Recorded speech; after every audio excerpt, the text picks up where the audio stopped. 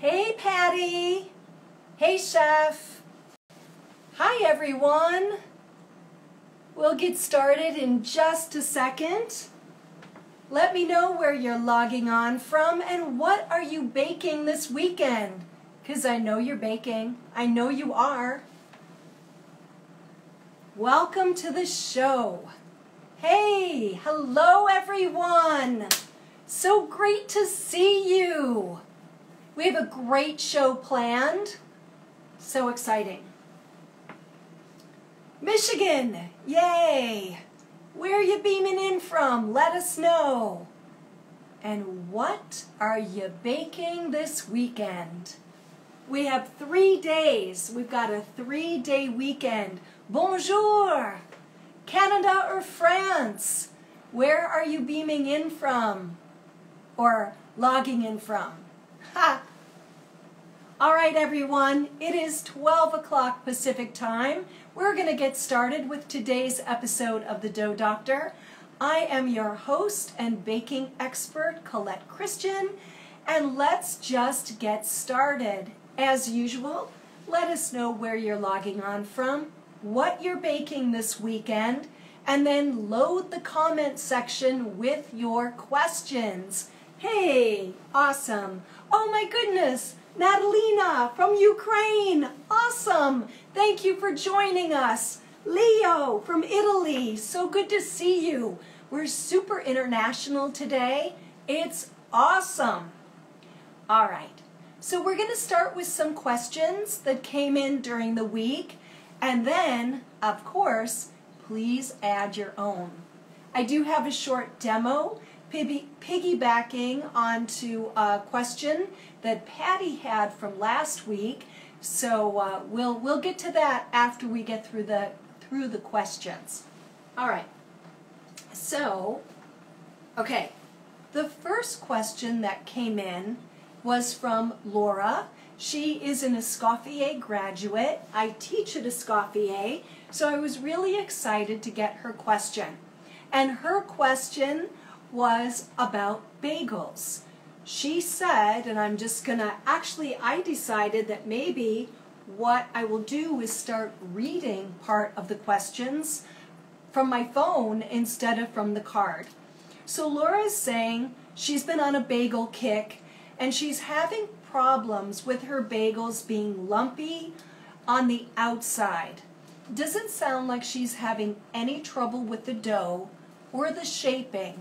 But where the real problem is lying, I think they are being boiled a little bit too long. Now, bakers, making your own bagels is one of the easiest things you can do in your home kitchen. It's also one of the most gratifying because they will taste better than any bagel you can buy in the supermarket.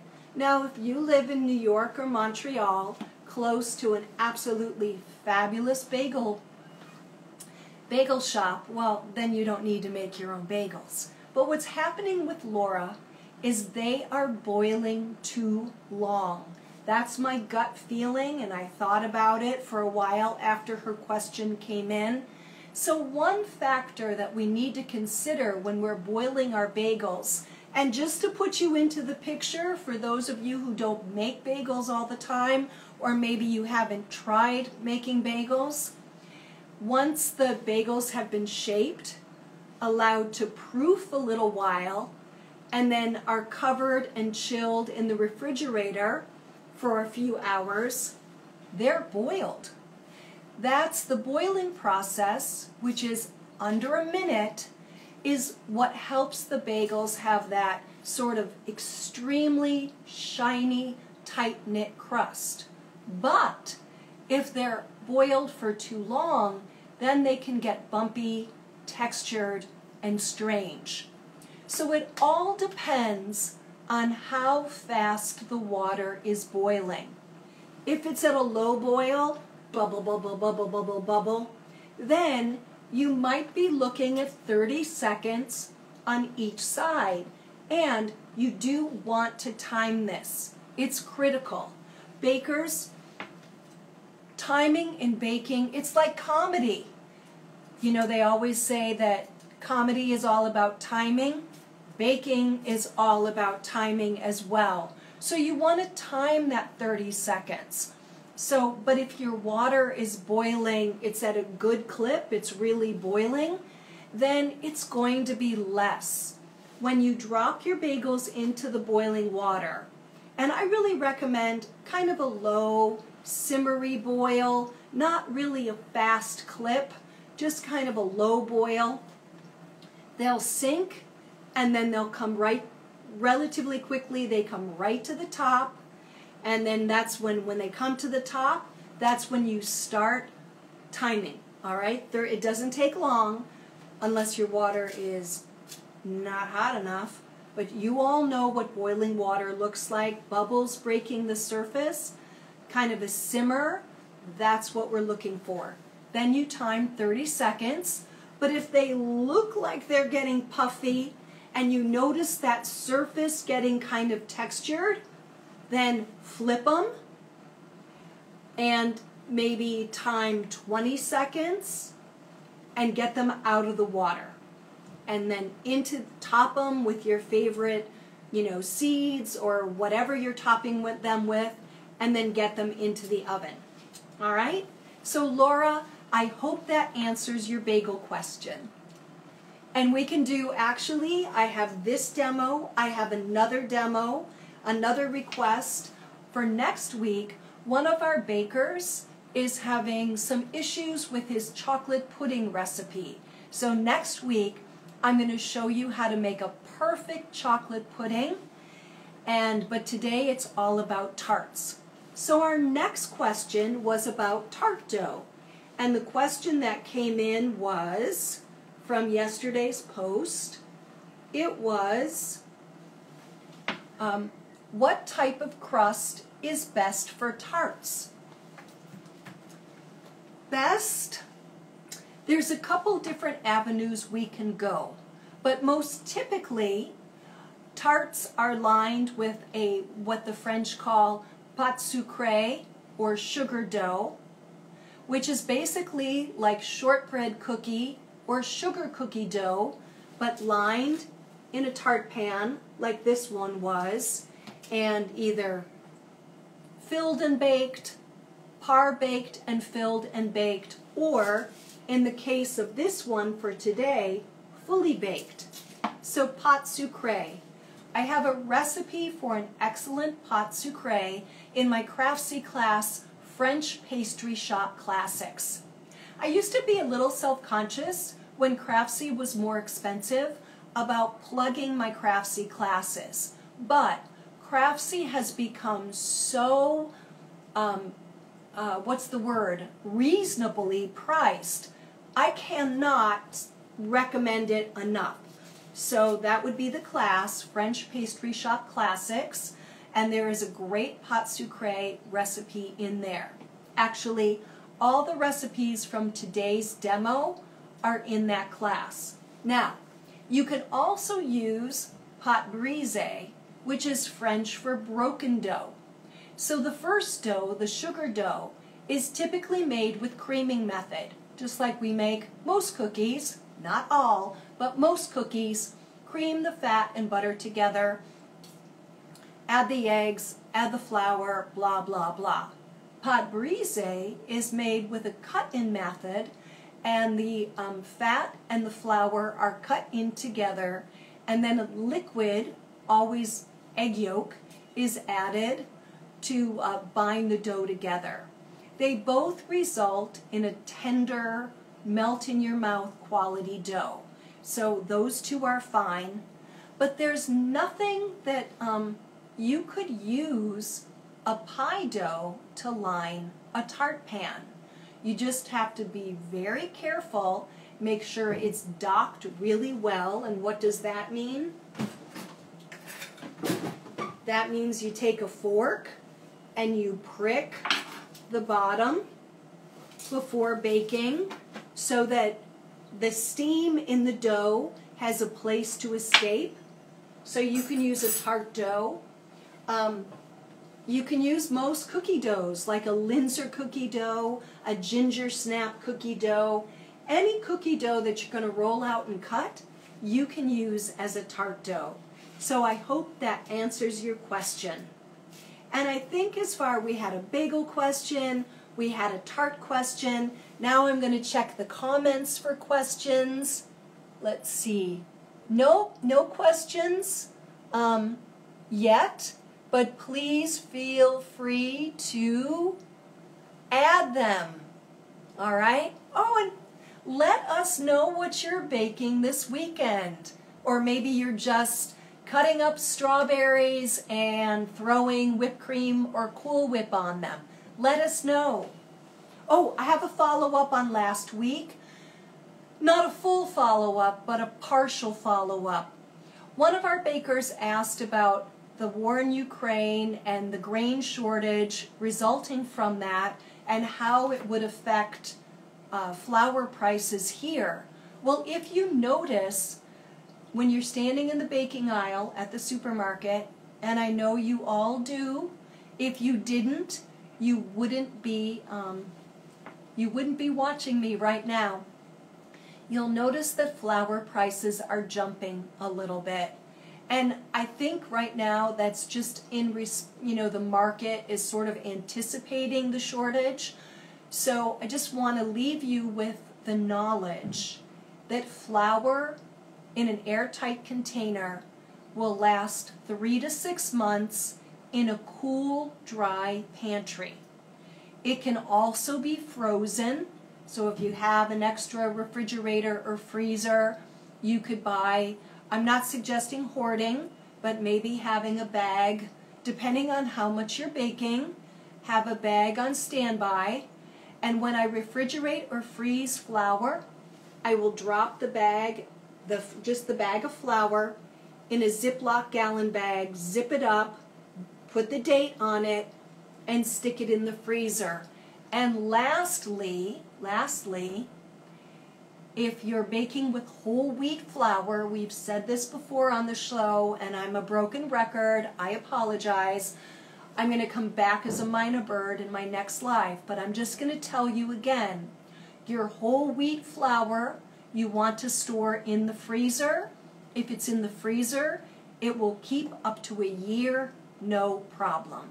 So maybe if you want to get a little bit ahead, in sort of anticipation of not a shortage, but maybe prices jumping a little bit, have a bag on standby, and that's how you would store it, and that's how long it lasts. All right, any questions? Ooh, A Few Glimpses wants to make a strawberry tiramisu. That sounds great. That sounds just delicious. When I was on location and filming, one of the segments I filmed for Escoffier was, in fact, building a tiramisu from scratch. So, very fresh in my mind. All right, everyone. So let's get into demo. If we have no questions, let's get into demo. Just checking, just sticking my face in here, looking to make sure that there's no questions burning away.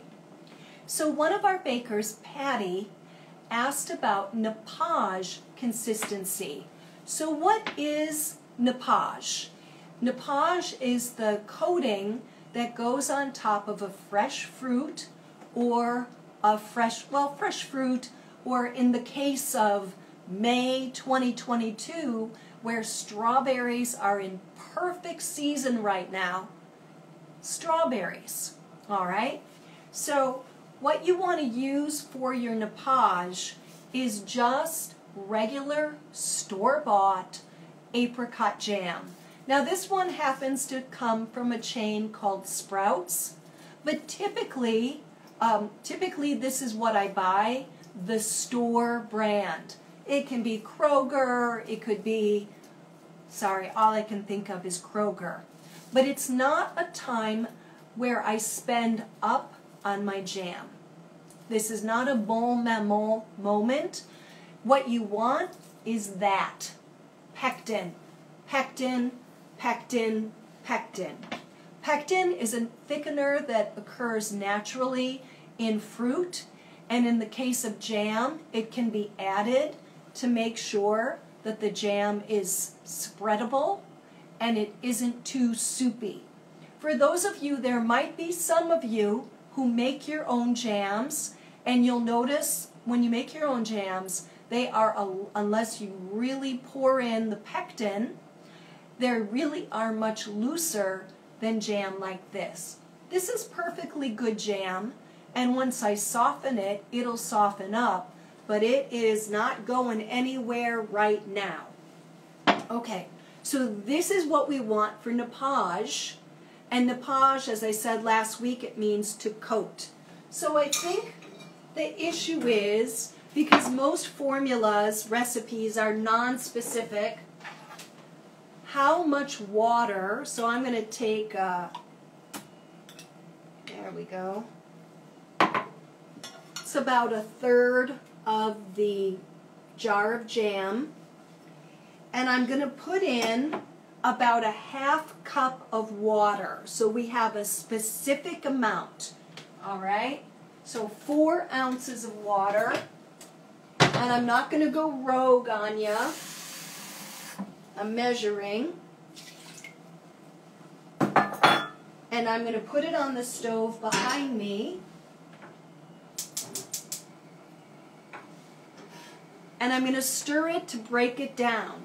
Now I have a strainer and a bowl, because once it liquefies, which I will show you, it's going to be, it'll be pretty liquidy. Now you might have to add more water, but if Patty, I think she's in the audience, if she could tell us what went wrong with her nappage, we will make sure we avoid it. Patty, let us know in the comments. Because last week it was non-specific. You're going to take a spoon, or in this case a wooden paddle, and you're going to kind of chop up the jam.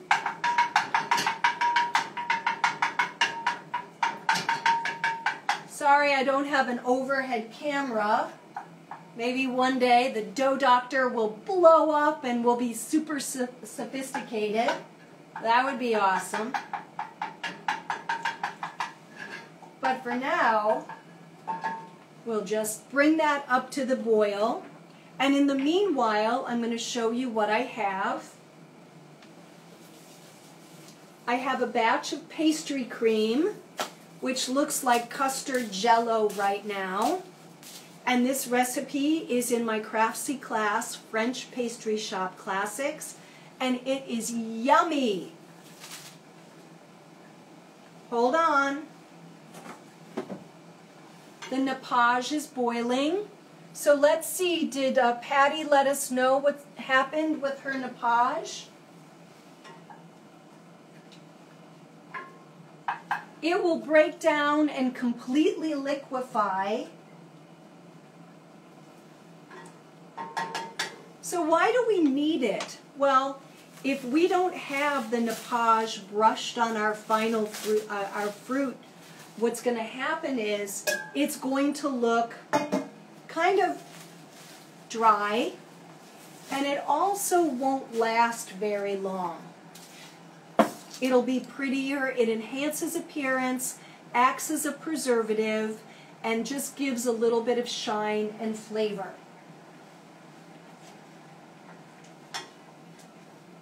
Almost there on the nappage, and I've dumped the pastry cream into a bowl because I'm going to take a spatula and soften it.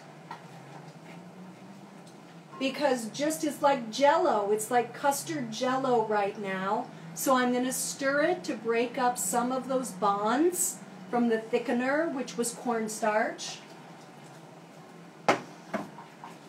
But almost there on the nappage. So Patty told us, okay, she said she brushed it on too thick and she used a silicone brush. Now I know we all love our silicone brushes because we can throw them in the dishwasher, but honestly, your best brush for pastry is a natural bristle pastry brush. Not from Home Depot, but from an online, online or kitchen store. ATECO, Ateco, makes the best pastry brushes. And another company from France, MATFER, Matfer, they make great brushes as well. Next time you're in France and you find a kitchen store, buy some brushes. I swear they do it the best. If you wash them in hot soapy water, rinse them in super hot water, and then dry them upside down so water doesn't collect here, your natural bristle brushes, say that 3 times fast, will last for years. Okay, so now what we're going to do is, and I lost my bowl, so we'll get another one.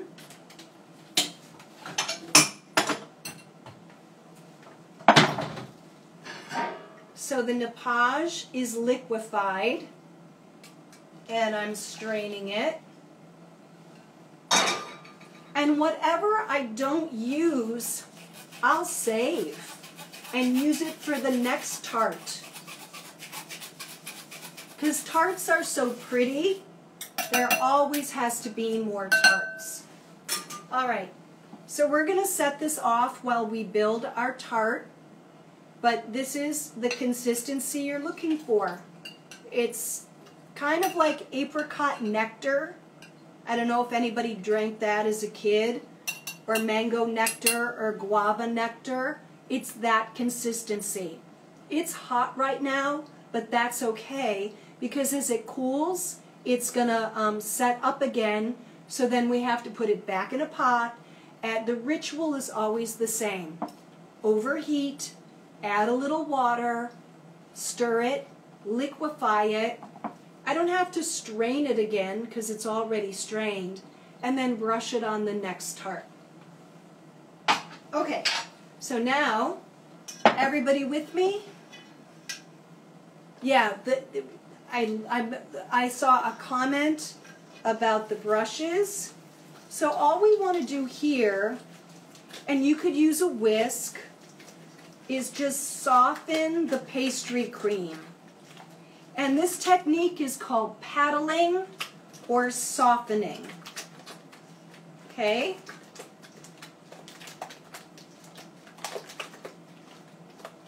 It might look a little lumpy at first, but those lumps will come out.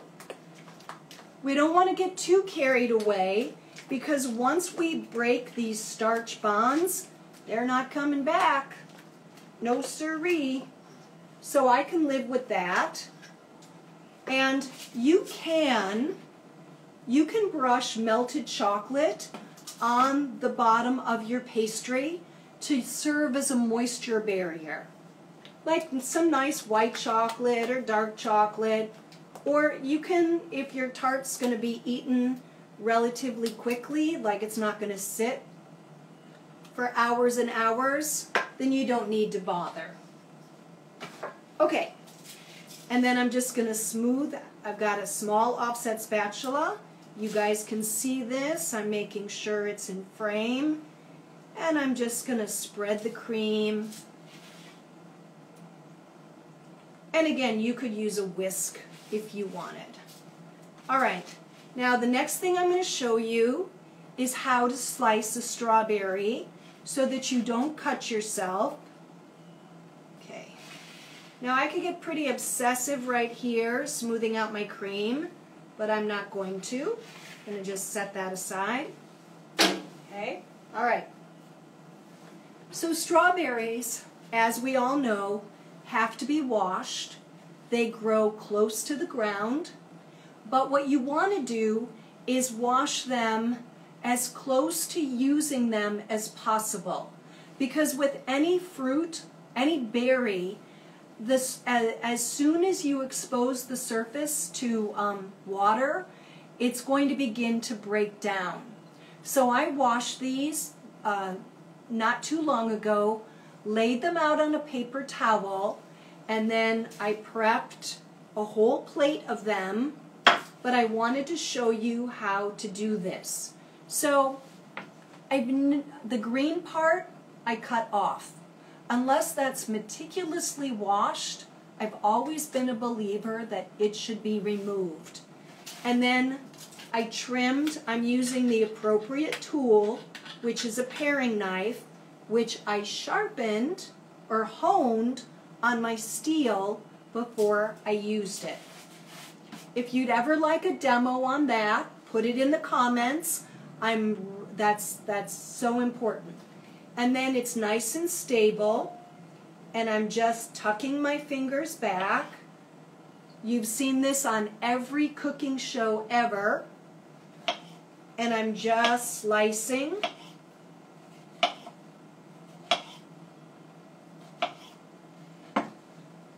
Look, nice, pretty, even slices. So here's a hack.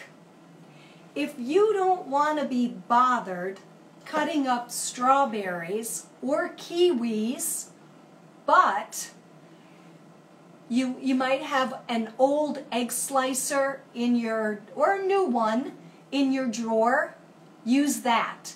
You can just put the berry egg slicer down and you'll have perfect slices and you don't have to mess with a knife. I will show you, not this week, but an upcoming show, I will show you how to hone your knife. Okay, not sharpen, but hone. All right, super quick, because we just have a few minutes left.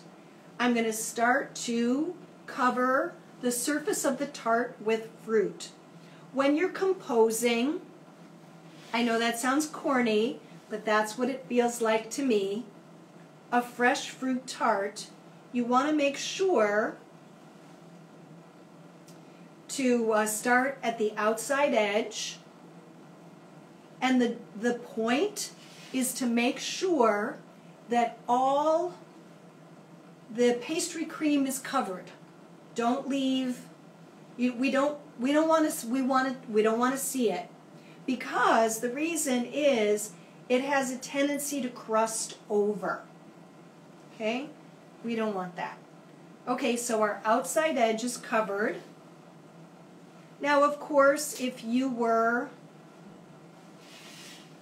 I'm going to change the direction of my strawberries to give it a little visual interest. You can all see, I think. I'm going to make sure you can see. Okay. Almost done. Okay. And then we'll cover it with that pretty nappage that we made. And we will be all set. So if you have the components done, the tart shell can be baked ahead and stored well wrapped at room temperature for days. Like 3 days, no problem. The pastry cream can be made 2 days ahead. And then you just prep your berries the day before, right before you are going to assemble your tart. Now I did this pretty quickly. I may not win any awards for this, but it's okay, it's fun. Here we go. Might be beautiful to do a strawberry rose in the center. Just stop here. All right. There we go. I'm using my paring knife to kind of finesse things. And if you're really into tarts, get yourself a pair of tweezers, because you can really manipulate the fruit with tweezers. All right. Now, any questions so far? Put them in the comments. Let me clear my station. Now, honestly, back to the brushes, this little guy is my favorite. If you don't have a small brush, then use the edge of your bigger brush for more detailed work. All right? So here's our nappage.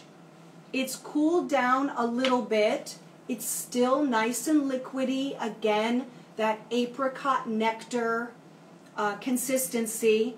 Oh, by the way, you can, because we got a lot of jam in the a lot of preserves in the marketplace, I could have liquefied strawberry jam and made strawberry nappage. If I wanted it completely neutral, I could have used strawberry or apple jelly. Liquefies really well. In a professional bakery, we buy nappage. It comes from France, and it's very expensive. Comes in a big tub, and the last time I priced it, I think it was like a big tub, and I think it was about $96. You can find it on Amazon, because you can find anything on Amazon. And just to Patty's point, she said she got her nappage a little bit too thick, so all you want to do is coat the fruit, and stop, you know, and then it's knowing what this consistency looks like that I think is the key to success. Now, what would I do with this?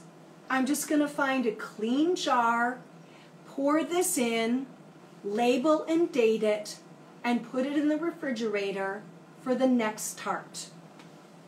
And if you feel like if you're sad because you cut off those green tops and now you have no green on your tart, there's fresh mint everywhere in the market, so you can go ahead and just add little pop of mint. So that's it. So that's our demo for this week. That's the demo for this week. I think the brush choice is critical, the texture of the nappage, and once again, if you're now inspired to make a fresh fruit tart, the recipes, French Pastry Shop Classics, they're all there. Now, coming up next week, please pour those questions in, and then so we have lots of questions for next week, and then I will do a demo on chocolate pudding. And this week on bakingwithcolette.com, I will be posting a recipe and tutorial for an old-fashioned strawberry pie. If anybody remembers how magical a two-crust strawberry pie can be, well, you'll be able to make one by this time next week, because the post and tutorial will be up. See? Not too bad. Not too bad. Oh, the bottom is still underneath it. Last thing before we go, I'm going to show you how do you get the bottom off? Well, you take an offset spatula and you slide it in between the metal and the crust, and